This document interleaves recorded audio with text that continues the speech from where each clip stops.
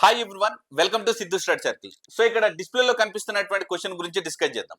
So actual గా question వచ్చేసి మనకు 40% divided by 40% divided by 40% divided by 40% అని ఇచ్చాడు.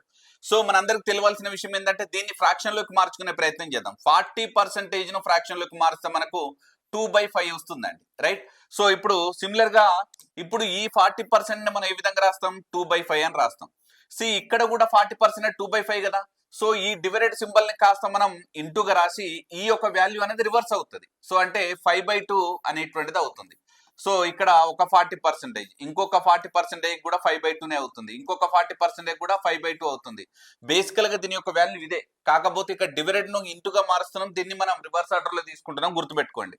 సో ఇప్పుడు మనకి ఈ వాల్యూ క్యాన్సిల్ అయిపోయింది. ఇంకా రిమైనింగ్ ఏం మిగిలింది? 25/4 అనేటువంటిది మిగిలింది. కానీ ఇదే యాక్చువల్ ఆన్సర్. కాకపోతే ఇక్కడ ఆప్షన్స్ లలో ఉందా? లేదు. సో అప్పుడు ఇక్కడ పర్సంటేజ్ ఉంది కాబట్టి దీన్ని ఏ విధంగా రాస్తున్నాం?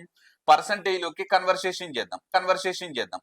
సో చేస్తే మనకు 25 అంటే 4 1 జా 4 25 జా. సో 25 into 25 ఏమవుతుంది? 625 అనేటువంటిది మన యొక్క ఆన్సర్ అవుతుంది. సో సిమిలర్ గా ఈ క్వశ్చన్ యొక్క ఆన్సర్ కింద కామెంట్ సెక్షన్ లో తెలియజేయండి. For more interesting videos download Siddhu study circle app. Thank you so much.